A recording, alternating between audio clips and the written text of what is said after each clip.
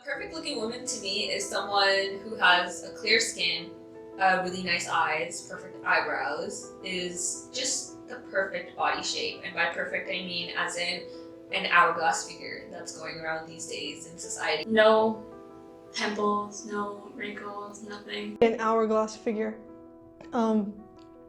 She's skinny, proper skinny. Has a full head of hair, really nice soft hair. No acne on her face.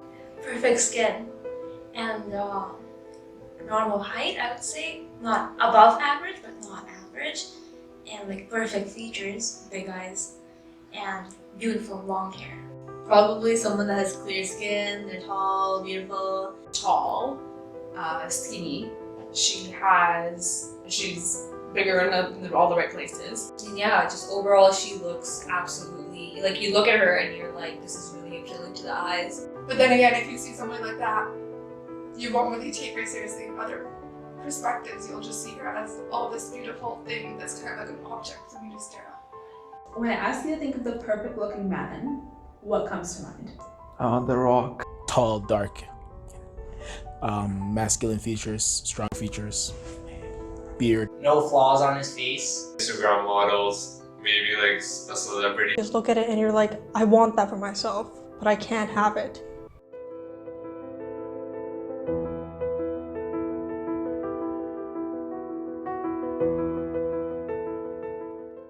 A perfect woman, it seems to me, tends to be someone who lives this like duality that's really hard to achieve. So like you have to be athletic, but not too thick, right? You should be thin, but not too thin. And these days it seems like it's all about the filter. So it's almost like this filtered appearance, right? And also the last one of like look natural, but wear makeup, but not too much makeup. Where do you think this image comes from? Society. Just everyday social media. Social media. The media. Social media. From social media. I guess from magazines and stuff, or from the media. It comes from social media. When I used to live in India, they taught us that being fair was better than being dark skinned.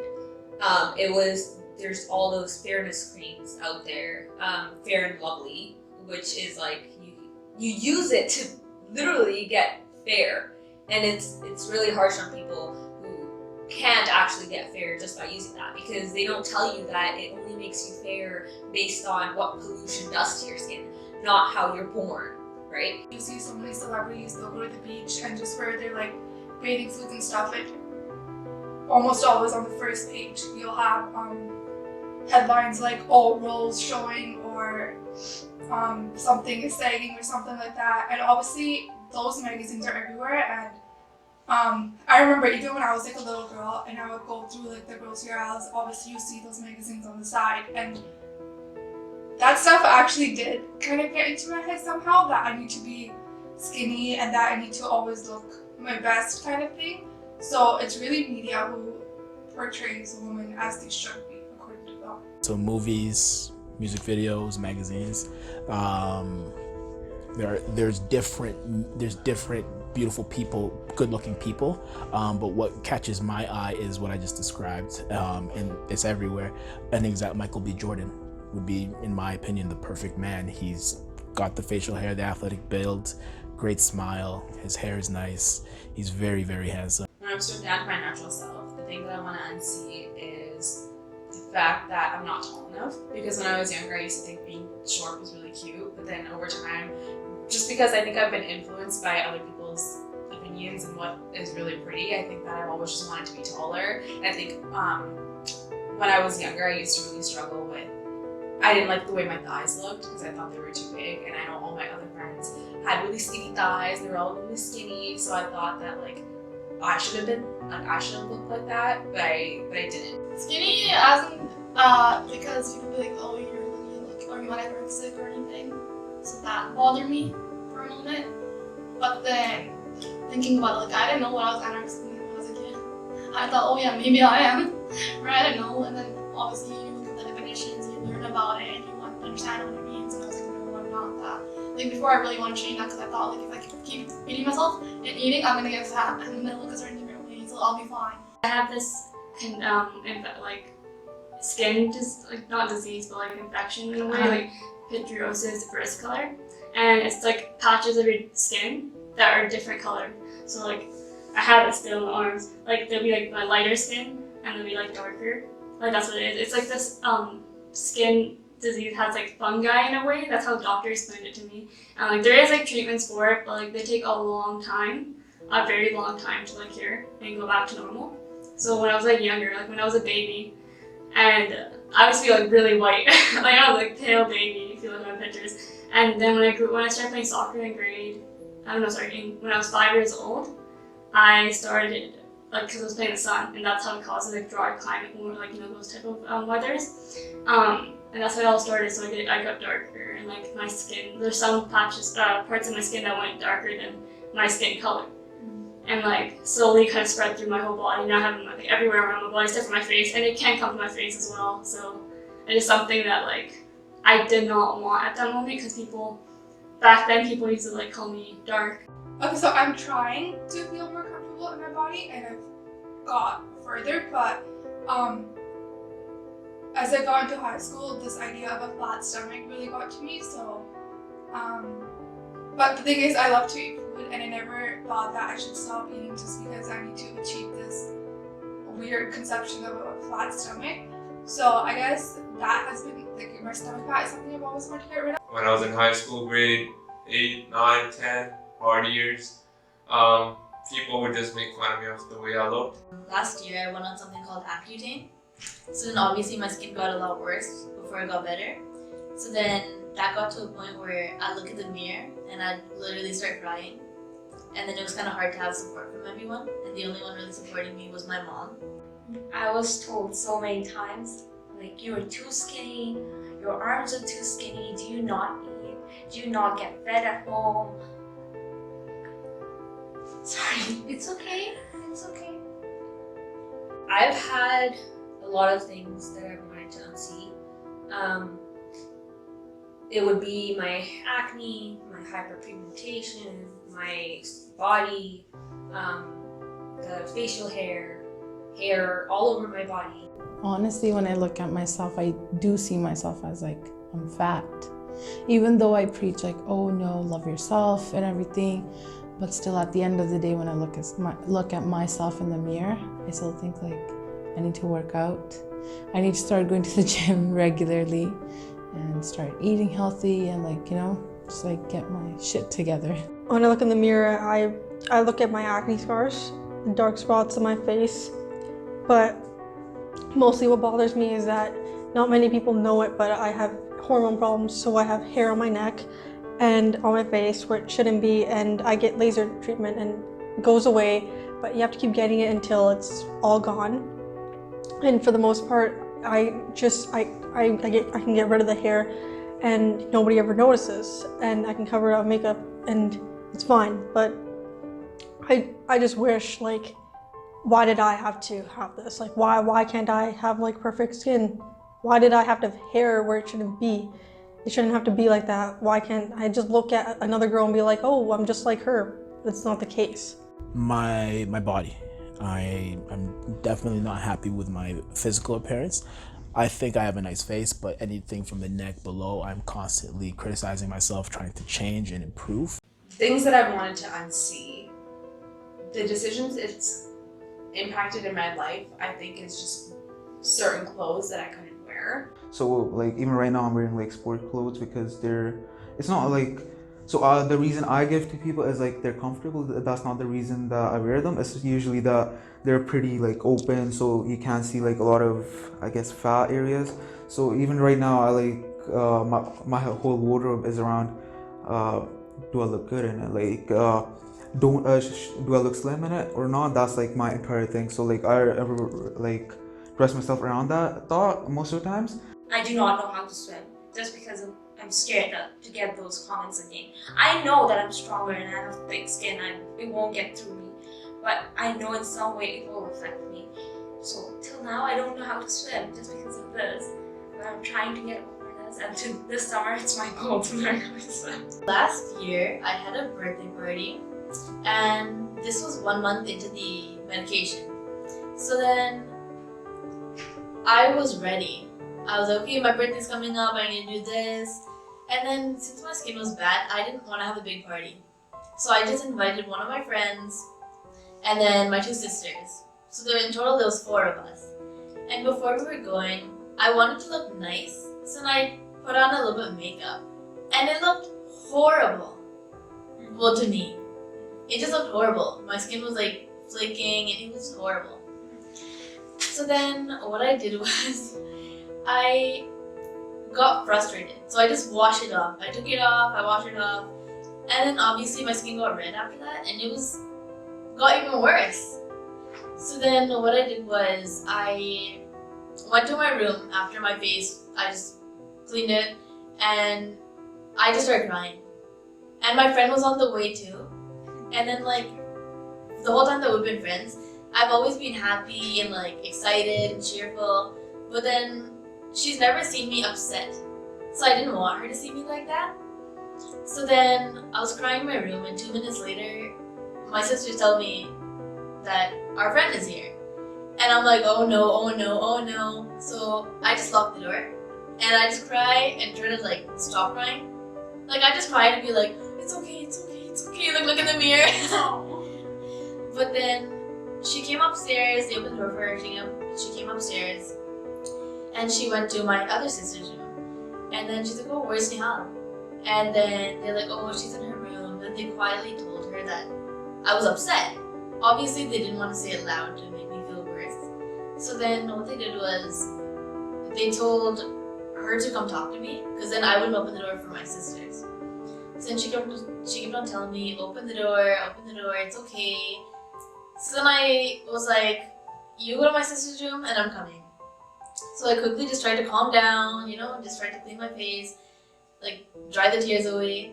And then I went into my sister's room and I was not crying. I was fine. And then she hugs me, she says happy birthday. Because she knew I was upset. So she's like, are you okay? And I just started crying and crying while she's hugging me because I wasn't okay. And then she's like, are you sure? And I started crying even more. So then that was something that was difficult for me. Then I didn't even want to leave my house after that. And on my birthday too, which is horrible. Sometimes there'd be girls, my friends, playing with the guys. And it's like the guys don't want to play with me. And I feel like a tomboy too, so I don't know if that kind of came into it, but like that was kind of one of the reasons, like, well, maybe I'm not likable because of my skin. Grade 8, I went to high school first year and we were all standing, it was picture day, and we were all sort of standing in a circle of the girls, and there were some girls from my former elementary school, and they were all like wearing makeup and everything. I was totally like, I didn't even know makeup, so I just never wore it at that time. And I remember they were talking about like pimples, and they were talking about like, oh, like this one girl had sort of a little pimple on her head, and she was like, I hate this, like I got it. And me standing there with like a full face of acne, right? And I was like, okay.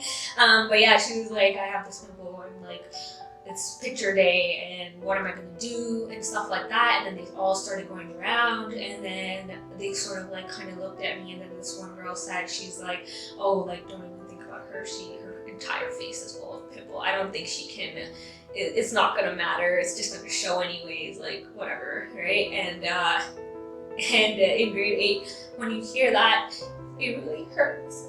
I'm sorry.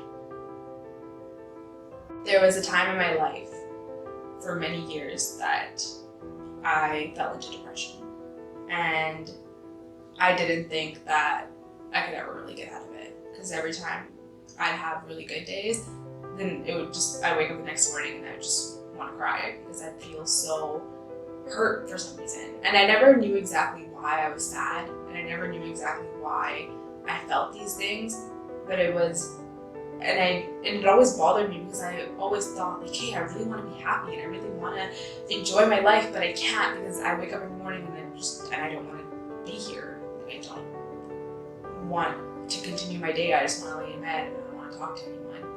And I think to a certain degree it's okay sometimes to have those days because everyone can't be perfect all the time and everyone can't be happy all the time because then you're just kind of faking it.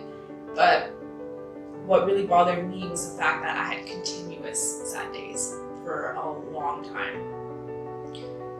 And it wasn't until reality hit me that I need to do something about me being sad all the time, because where is that going to get me? I think I realized that being sad all the time isn't going to get me anywhere.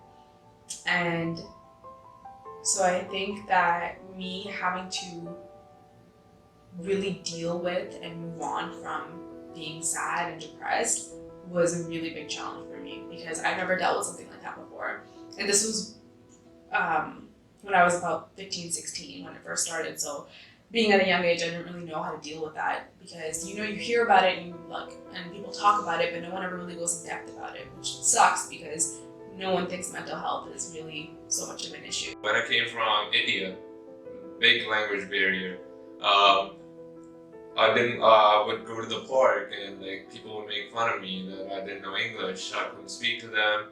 I didn't know certain games. If they were playing basketball, I came from India, right? There was nothing related to basketball in India that I've heard of. So basically, I just got scared of going to the park. I would not leave my house in grade 8 in that year. No friends at all. Basically, the so-called friends I called were actually the people that were basically bullying me. I went to Cactus with my friends.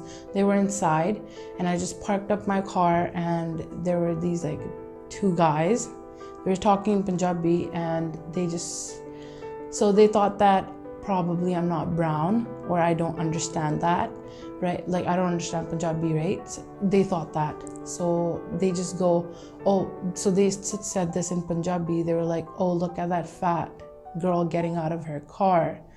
So I got really mad, and I, swore at them, kind of. Not right now, but before I got braces, my teeth were really bad.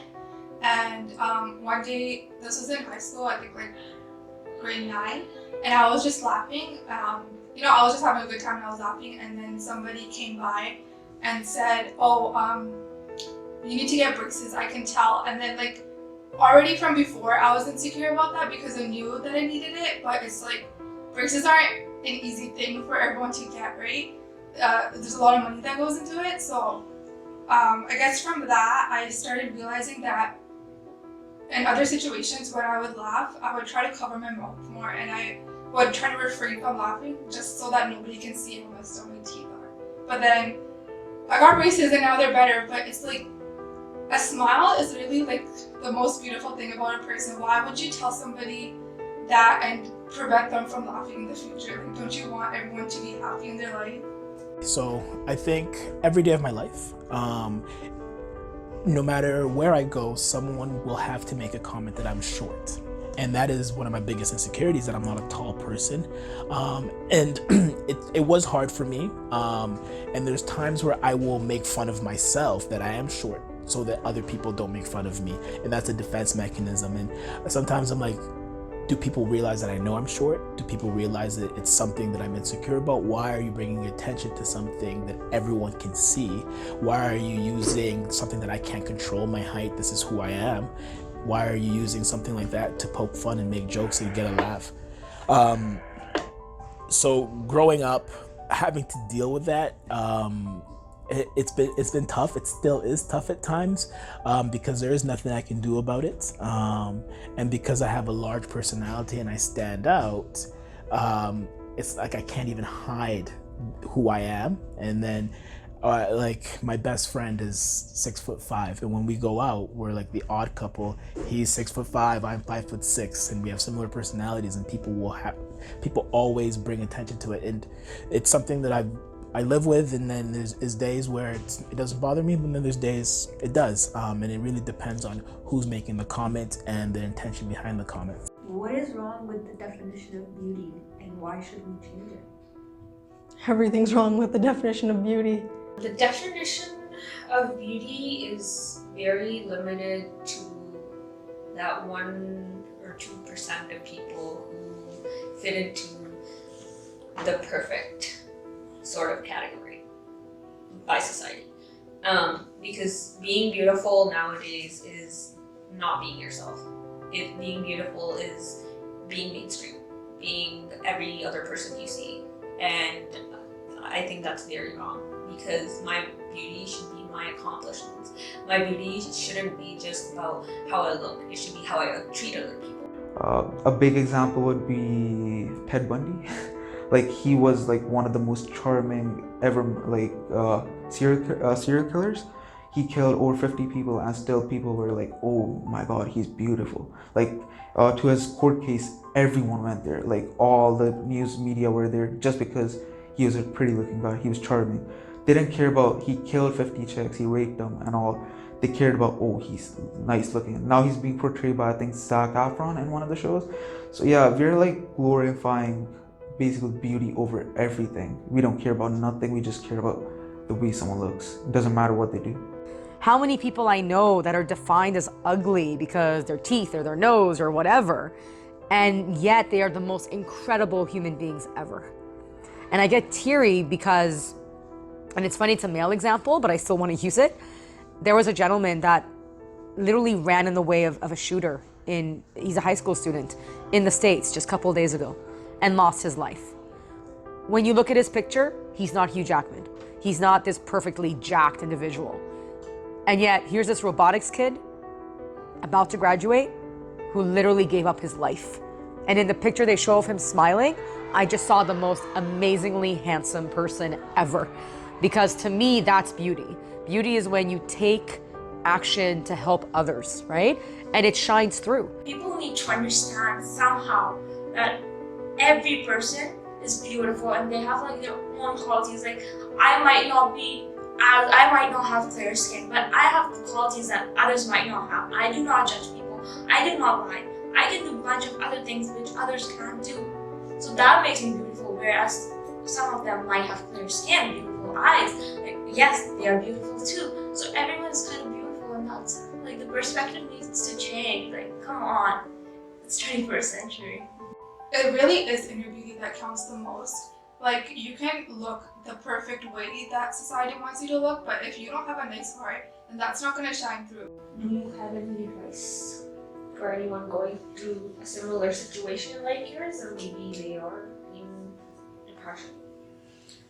I think that when people are really sad, they really tend to focus on the negatives of life. And it's so easy to say, just focus on the positives, just focus on the positives, but it's actually a lot more helpful if you think about it. Because when you focus on the positives, it's not just taking a bad situation and thinking of all the good things about it. It's also being positive in, okay, let me look at everything in my life that I'm super thankful for. Because when I was going through being really depressed all the time, I used to make a list at the end of every night and talk about everything everything good that happened in my day and everything that I really appreciated in my day. And even if, like, let's say like I just stayed at home all day and I didn't do anything, I would still write down stuff like, I'm thankful that I have a roof over my head, and I'm thankful that I got food today, and I'm thankful for this. And I think that people are so focused on just the negatives of everything that no one ever sees how good life is, really. You're going to have ups and downs for a long time in your life. Even when you are as secure and comfortable in who you are, there will be low moments and there will be high moments. For you to feel completely beautiful in yourself is you have to stop comparing yourself to others. Compare yourself to the person you want to be and work hard. Accept who you are, and if you have a goal, work towards that goal, knowing that you are still beautiful in who you are. Beautiful, you can't measure beauty, right? It's up to you. And every morning, tell yourself you are beautiful. And it can be you are beautiful because you did well in school. You are beautiful because you got out of bed. There are a lot of people who struggle to think like that and to be self-positive, and it's very difficult. But every day is like a small victory where you can tell yourself these things.